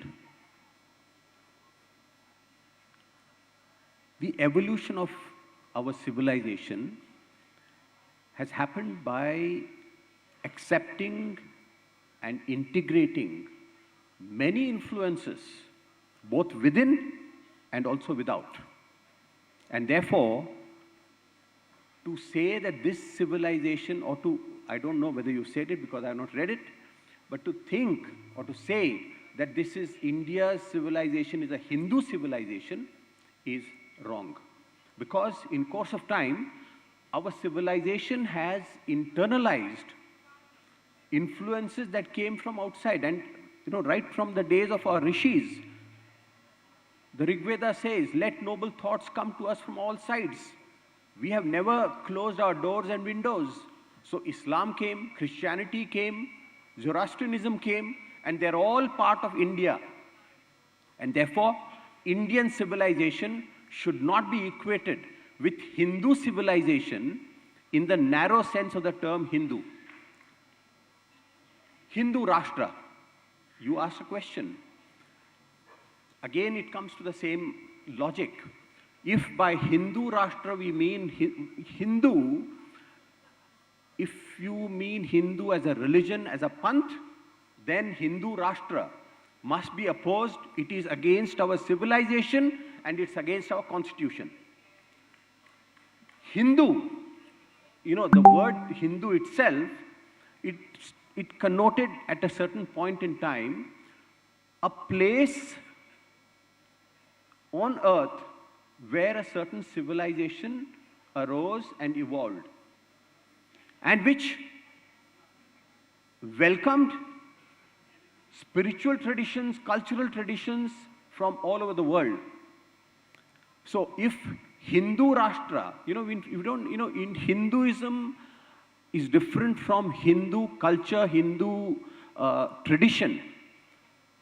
We are making a big mistake by conflating Hindu religion, that is Hindu panth, which itself is a agglomeration of many panths, with religion, and then religion associating it with nation.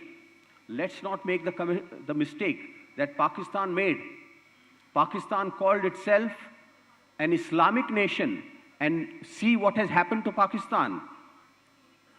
Violence in the name of Islam that is perpetrated on Muslims themselves. Intercaste, intersect violence. You mean to say that if India declares itself Hindu Rashtra in the sense of Hinduism as a religion, we are going to see a similar civil war in India? The number of non-Hindus in the religious sense is not insignificant. Neither Muslims are insignificant in number, nor Christians are insignificant in number. Forget Muslims and Christians. Sikhs don't accept. In fact, they don't accept that we are part of Hinduism. And now if India calls itself a Hindu Rashtra, can you even imagine the kind of problems we are going to face? So why this insistence that India should be called a Hindu Rashtra or declared a Hindu Rashtra? What is there in the constitution which is coming in the way of realizing the ideals of our constitution? There is nothing that really obstructs any government, whether it's a BJP government or a Congress government or a socialist government, that obstructs that government from realizing the basic concepts, the basic ideals of justice, equality, fraternity, and national unity. And therefore, with all, the RSS is doing a lot of good work. But the one very wrong thing the RSS is doing is insisting that India is a Hindu Rashtra. Now, coming to the dharmic, dharmic nation, dharmic Rajya, Dharma Rajya, if dharma is understood not as a denominational religion, not as an identity-based term, but as a set of principles, ethical, normative guidelines, then dharma has always nourished our civilization. Let me, Rahulji, there's a concept of dharma rajya in our civilization long before India became a democracy. It did not mean that there was only despotism, there was only tyranny for thousands of years. Even when India was ruled by kings, there was a certain dharmic concept of how the state should be. And in this, there was a practice, at least all the enlightened kings used to have a practice. At the time of Rajyabhishek, there's coronation. The king would declare, I am supreme, the king is supreme, the king is supreme, the king is supreme. But the Raj Purohit would hit his head with a staff and say, no, the king is not supreme. Dharma is supreme, dharma is supreme, dharma is supreme. Which means dharma as a guide to righteous action, ethical action. And that, of course, was again split into dharma for the king, Raj Dharma, what Vajpayee ji told Narendra Modi, Nyaya Dharma, which applies to judiciary, and they should really introspect whether they are really doing Nyaya Dharma. Udyog Dharma, our billionaire industrialists should introspect. They may be contributing huge amounts of money to the BJP, but are they really practicing Udyog Dharma? And the media, the Patrakar Dharma, your Dharma, is it to question these, both the kings and the billionaire industrialists? That is your Dharma. If all of them practice their Dharma, then we have a dharmic nation. So dharmic nation in this sense is not contradictory to secular nation. Our secularism is not anti-religion, it's not anti-dharma. So, Rahulji, the biggest, we are having this conversation, it's not an academic conversation. We are having this conversation at a time when minorities in India are feeling insecure in an unprecedented way. In this very city, the national capital, thousands of people are taking morchas and openly calling for violence against Muslims. Is the judiciary following its dharma? Are the police following their dharma? Is the Home Ministry following the dharma? Is the Prime Minister following the dharma? That is a question that we all should be discussing today. Okay, well, that's a more political question. No, but that's very relevant. It may be. Maybe in another platform. I completely agree to you. But let's talk about it. Okay, fair enough. Let's not run away from it. So let me bring you back onto the subject, which we can easily sort of conflate his views with what you have said. Now, you have said that you're in favor of the word secular, for example, being removed from the preamble. You also sort of written that perhaps we, as a shibboleth, we have begun to internalize impractically the Vasudeva Kutumbukum philosophy. You've said that Savarkar, who defined Hindu as someone who considered India as both Pitrabhu and Punyabhu, is a Hindu. Many have said this excludes Muslims and Christians, as Sudhindra Kulkarni is saying. But not many know that his idea of a state meant equal rights to all and the right to freely practice one's faith. I think both of you have sort of talked about the latter, Savarkar and his evolution of his thought in your book. His state did not have a religious identity. You say Savarkar more or less got it right. That's one of the chapters of your book. What do you mean by this? Because someone like Sudhindra Kulkarni would say that when you use the word Punya Bhumi, holy land, then by definition you are excluding a large number of people. No, actually it's not. So let me first come to the points of difference with Sudhirna ji and probably to some extent with Pawan ji also. We are not a secular nation. Secular nation. We have followed what we thought were secular principles for the last 70, 75 years. And we have shown that secularism is a dud. The point is, if everybody is unhappy, from the minorities to the majority or whatever you want to call, I mean, so-called minority and a so-called majority, for the simple reason, Hinduism is not one big mass that equals 79-80% of this country. They are a group of their own sampradayas, their own traditions, practices. Hinduism varies. Every 100 kilometers, you have a different kind of Hinduism. So it depends on lots of factors and not on scripture. Though we all accept some commitment to Shrutis like Vedas, but different, I mean, we have had all kinds of Hindu messengers all through the ages from various parts, from Shankara to Ramanujacharya to, Chaitanya Deva to Kabir to Tulsidas to the Bhakti movement guys to Narayana Guru. There has been no short of Hindu messengers who have all given the message in different ways, in their own context.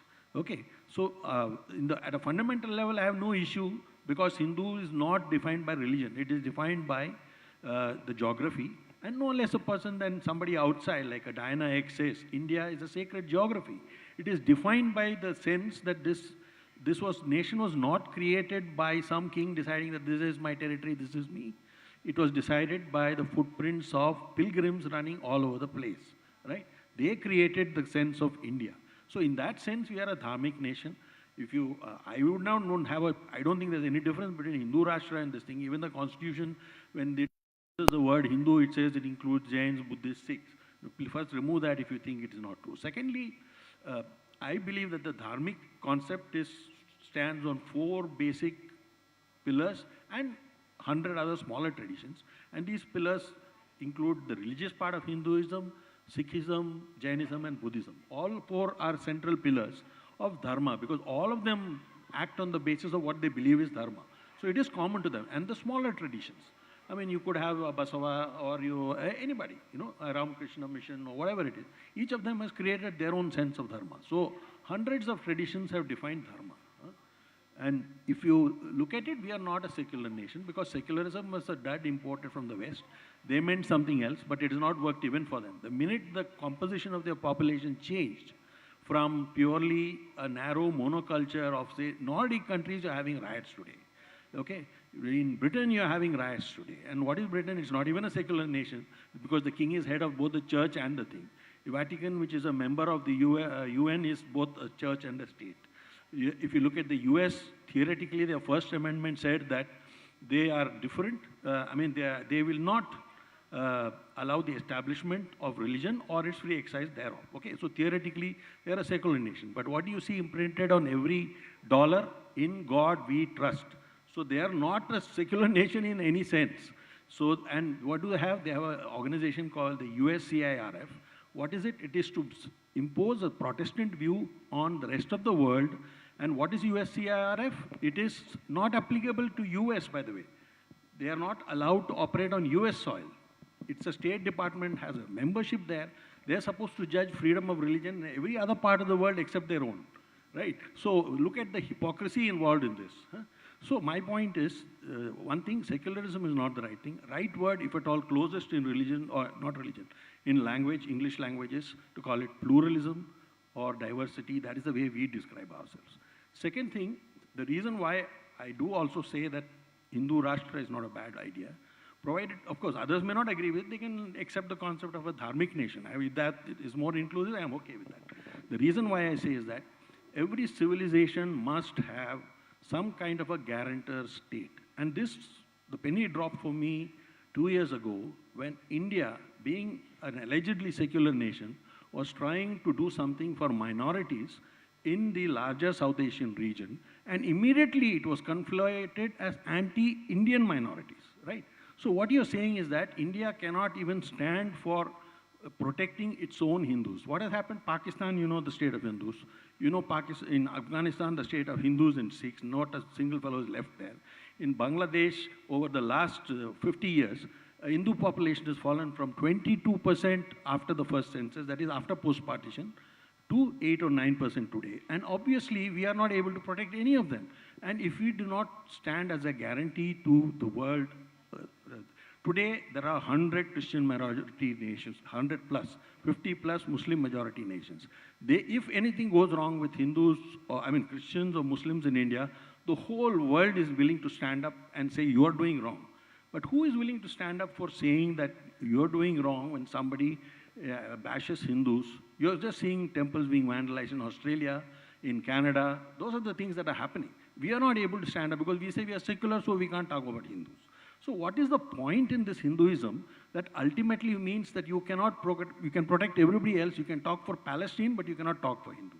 This is our nationalism, which is bunkum. I'm sorry to use strong words. We need to be able to stand up for what is right, even among Hindus. But nobody is willing to do so. People were ethnically cleansed in our own state. Forget Afghanistan and Pakistan. What happened in Kashmir? We don't want to say, oh, we banned that film because he's talking about some truths that Hindus felt were real for them. So we don't want to talk about it. Our secularism means suppressing Hindu feelings and being minoritarian. And dharma means not being binary. Don't think majority, minority, because Hindus are not a majority, because Hindus are none of the above people, which means if you're not a Muslim, Christian, Sikh, Jain or Buddhist, then you are defined as Hindu. But look at who all fall in that category. Does the Dravida Karagam in Tamil Nadu rate as a Hindu thing? Because they are none of the above, right? Does the communists who claim to be atheists, why should they be counted as Hindus? So you're not anywhere near the 79-80% that is there. And even if you are so, you are completely, in religious terms, you are completely different. Shaivite and a Vaishnavite are not going to call each other the same. They believe different things, right? So the dharmic nation means accepting, and you need to protect all minorities, which means Hindu minorities in India who think differently about Hinduism. That's my point. Well, Mr. Verma, this is very interesting because you talk about Hindutva, for example. Now we talk about the all-embracing nature of the Hindu way, the Hindu view, forget about the way, Hinduness. But we have a problem with something that has emerged from within, a Hindutva. It's another strand. You can accept atheists, you can accept Bhakti tradition, you can accept Shakti tradition, Vaishnava, but not Hindutva tradition. What does that tell you? Is there an intrinsic bias, or are we fearing the assertion of our Hinduness? First of all, I think I'd like to respond to what Mr. Jagannathan has said. I am the first person to recognize that the implementation of the principles of secularism have been compromised with. There have been cases of minority appeasement for vote bank politics. And today we have enough evidence to show that majoritarian politics of Hinduism are being used again for vote bank politics. But because there is misuse, I am not prepared to throw the baby out with the bathwater to say that a country like ours will be called a Hindu Rashtra not in its civilizational sense of being a dharmic nation, but in its narrow interpretation of one religion is supreme in India. Because I draw inspiration against this idea not only from the constitution, but from among the principles of Hinduism itself. It was quoted here, Ekam Sat Vipraha Bahuda Vadanti. The truth is one. Wise people call it by different names. It was said thousands of years ago and is a Mahavakya. Ano Bhadra Kritavo Yantu Vishvata. Let good thoughts flow to me from all directions. This was said at a time when societies were still establishing themselves for the first time, and in most other societies the approach was, no, what we believe in is right, let no thoughts come from outside. It requires courage and it requires a vision.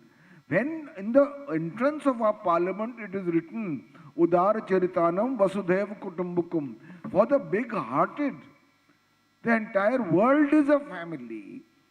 And by the way, this has been stated as a foundational principle of our civilization. I think we need to think, and I want to go back to my texts, apart from these. In the Mahabharata, if you will give me a moment, please. Of course. Bhishma defines dharma. He says, whatever has its beginning in justice, that alone is called dharma. Whatever is unjust and oppressive is adharma. And then he adds, and this is very significant, if one dharma is destructive of another dharma, then it is wickedness in the garb of dharma and not dharma. Only that is dharma truly, which is established without denigrating and opposing another dharma. This is Bhishma in the Mahabharata. Now what I am saying is, excesses are committed in the name of religion by the extremists in all religions. I believe we have been the victims of Islamic terrorism. I believe there are fanatics perhaps within Christianity. I believe that within Hinduism also we have an ultra-right which believes that any other religion is not worthy of respect. My view is that when you speak of a Hindu Rashtra, Jagannathan साहब आप तो उसको उस तरह से बोलते हैं कि इस देश में 80% हिंदू हैं, उनकी रक्षा करना जरूरी है और उनकी संस्कृति और उनकी सांस्कृतिक विरासत को हमें एक बार फिर से सुदृढ़ करना है और उसको याद भी करना है. That's why I wrote my book. History cannot be glossed over. But do you know that the interpretation of what you are saying at a philosophical level, at the local level, is an actual imposition of one religion only as against the other? In this context, I want to mention, and I don't want to make this political, Rahul, what is the fastest organization growing in the Sangh Parivar? It is not people like Mr. Jagannathan. As Sudhin said, there are redeeming features to the RSS except its belief in the Hindu Rashtra. The fastest growing organization is the Bajrang Dal. And the Bajrang Dal is not, I believe, familiar with the lofty philosophical principles of Hinduism. It likes the swagger of power. It takes law into its own hands. If a member of them who has demolished something of another religion is put into a room and asked to write a one-page essay on Hinduism, I guarantee you they will fail. The point I am making is, let us not today reduce this republic, which is also a great civilization, and a great civilization which for millennia was Hindu, into a unidimensional, straight-jacketed, exclusionist force, because I believe for pragmatic reasons alone, it will divide India. We have the third largest number of Muslims in the world. Even the 2% Christians in our country are greater than the population of Hungary and Greece. And incidentally, people of different faiths are not living in geographically isolated areas. If 25% of Kerala is Muslim, 30% of West Bengal is Muslim. 20% of UP is, 18% of Bihar is, 14% of Karnataka is, 12% of Tamil Nadu is. We live cheek by jowl together. Therefore, it is even more important that we become a dharmic nation, whereby we learn the principles that I spoke about, the 10 lakshans: tolerance, compassion, the ability for kshama. These are our strengths, and this is our unique calling card to the world. Let me bring in Mr. Sanghi on this. Let's also accept that it can't just be the onus of Hindus to uphold our open, tolerant culture. Look, we have states, for example, the United Kingdom, it defines itself as an Anglican country. It is multicultural. Absolutely. There are problems. Mr. Jagannathan and some others have said that if you remove the word secular from the preamble, it doesn't make us communal. Absolutely. Because our ethos is assimilative, the Hindu larger ethos. And we ourselves are beyond being sort of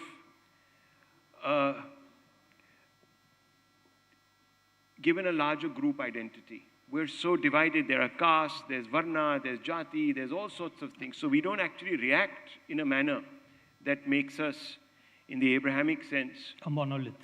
A monolith.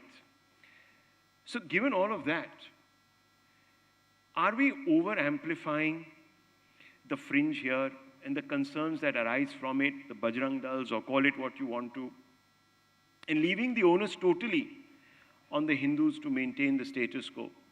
See, Rahul, honestly, my view has always been that if you think in terms of Sanatan Dharma, it is the ultimate form of liberalism. Honestly speaking, if I look at myself today, I think I consider myself to be a liberal, even though that has become a politically charged word. I consider myself to be a liberal because I'm a Hindu. And in that sense, the way I see it is that, unfortunately, to a certain extent, over the centuries, Abrahamic ideology has attempted to impose a singular truth on a plural world. And we can't shy away from that. This absolutism, coupled with expansionism and conversion, has wreaked havoc on many, many civilizations. And we should not forget that. Zoroastrian culture was completely wiped out from Iran. The Mithraic cults of Rome do not exist today. Egypt's Ra, Osiris, and Isis don't exist anymore in the common perception of Egyptians. Where are Zeus and Apollo of the Greeks? No one worships them anymore. The tribal belief systems of the Australian Aboriginals was completely wiped out. The Incas and the Aztecs don't have their gods anymore. So the point is that most pre-Abrahamic belief systems could not withstand the assault of Abrahamic thought. And Hinduism in that sense is amongst the very few pre-Bronze Age civilizations to have withstood it. I know that we like to talk about our history, that we were just waiting for one assault to happen after the other. We like to look at our history as a series of defeats, but actually we should be looking at the history of survival, the fact that we survived to this day. Now, think about this, that all of this cruelty that was happening around the world, in the Indian context, it is all the more shocking because the cruelty was perpetuated on a people that were known for giving sharan. When the Zoroastrians had to run from Iran because of persecution, it was a Hindu Raja, Jadi Rana, who gave them shelter. Or, for example, the St. Thomas Christians were provided a home in Kerala. Or the first Jewish refugees settled over 2 millennia ago on the Malabar coast. When Buddhist monks were being butchered by the People's Liberation Army of China, it was India that offered the Dalai Lama as well as thousands of people refuge. The Baghdadi Jews and the Bene Israel were offered a home here. One of the few places where Jews have not been treated the way they have been in other parts of the world.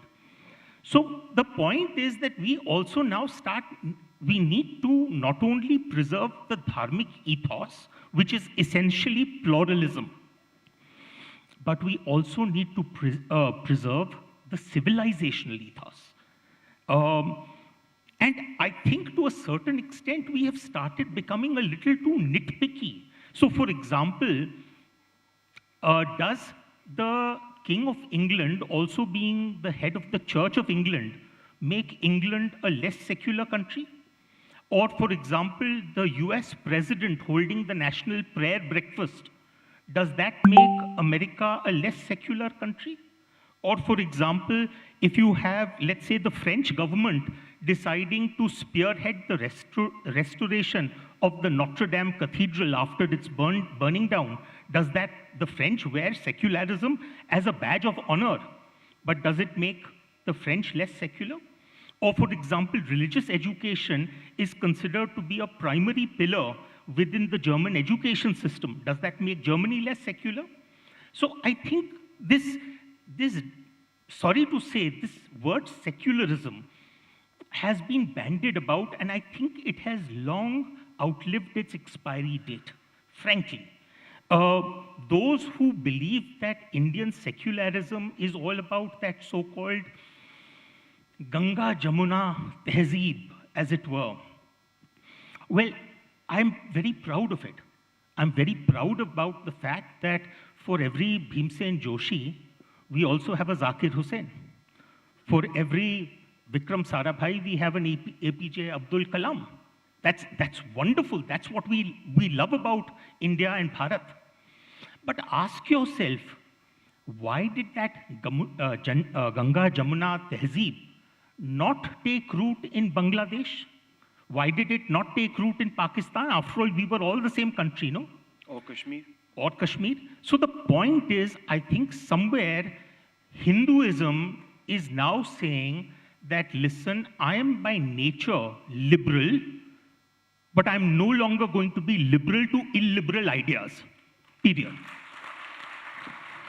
I think that's a good point, Mr. Kulkarni. Would you at least concede in the final analysis, we're running out of time, that at the very least our secularism has been lopsided, it has tended towards minorityism? In the practice of secularism, certain parties, and let's name the parties because without that the meaning doesn't become clear. It's the Congress party and other parties that call themselves secular. They practiced Muslim appeasement. And which is why secularism has become unacceptable to those who are really secular.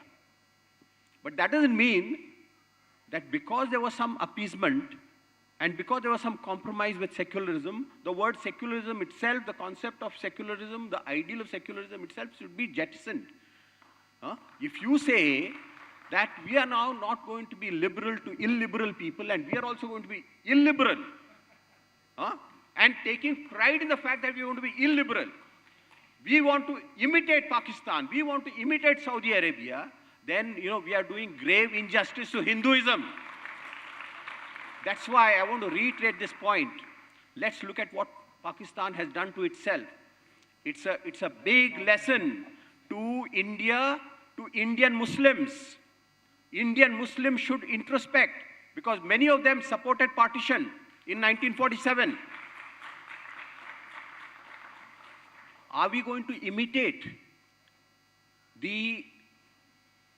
they call themselves Muslim Rashtra, therefore we want to call ourselves Hindu Rashtra? Hinduism, in the true dharmic sense, is a great religion. And that's why we must always, the title of this debate, who fears a dharmic nation? Nobody should fear a dharmic nation. Dharma is supreme. And therefore, and again, Jagannathanji, you mentioned, Hinduism, Sikhism, Jainism, these are dharma. Is Islam not a dharma? Is Christianity not a dharma? Is Zoroastrianism not a dharma? They also have a dharmic concept. No. I want to say this, that let us therefore accept that all people who live in India are Indians. They are our brothers. They are our sisters, irrespective of their religion. And let us go back to the true dharmic understanding of dharma. In his autobiography, Mahatma Gandhi says, towards the end, he says, it is my devotion to truth that drew me towards politics. And I want to emphasize that those who say that religion has nothing to do with politics, that is, dharma has nothing to do with politics, they do not understand the meaning of dharma. So it is dharma that should animate politics, that should animate governance, that should animate judiciary, that should animate journalism. But dharma as ethics, dharma as justice. If there is injustice, there is adharma. And therefore, the true, when people say Hindus are, Hindu खतरे में है, वो एक ज़माना था, मुसलमान खतरे में है, उन्होंने पाकिस्तान ले लिया. अब ज़माना आ गया, हिंदू खतरे में है. खतरे में क्या है? खतरे में है न्याय. खतरे में है समानता. Today, the real issue, the real challenge before Hindu society is inequality, is poverty, is unemployment. The majority of Hindus today are facing the problem of poverty and steep inequality, which is increasing, which is widening. So let's tackle those problems. Okay. Instead of bringing in this absolutely useless, meaningless, and even dangerous debate on removing secularism from our constitution, changing the constitution, making Hindu Rashtra, it's not necessary. Well, it's one point of view. Very quickly, your response. We are ending this, and I'll make the case for Hinduism light. What do you mean? Yeah, two things. One is, I'll leave 2-3 questions first. I think that Indian Islam needs to be different from global Islam for the simple reason, if they asked what Bhishma said, you talk about dharma and what is not dharma. This is a question that Indian Muslims need to ask themselves, what is their dharma relative to this message. Secondly, you say Hindu Rashtra is not a great idea to alienate. By that yardstick, I would say Gandhi's Ram Rajya would have equally alienated thousands of people, though he interpreted it in his own way. But in the masses did not interpret it the way he interpreted it. So you can say, oh, you may say it in some way, but the Bajrang Dal may do it in different way.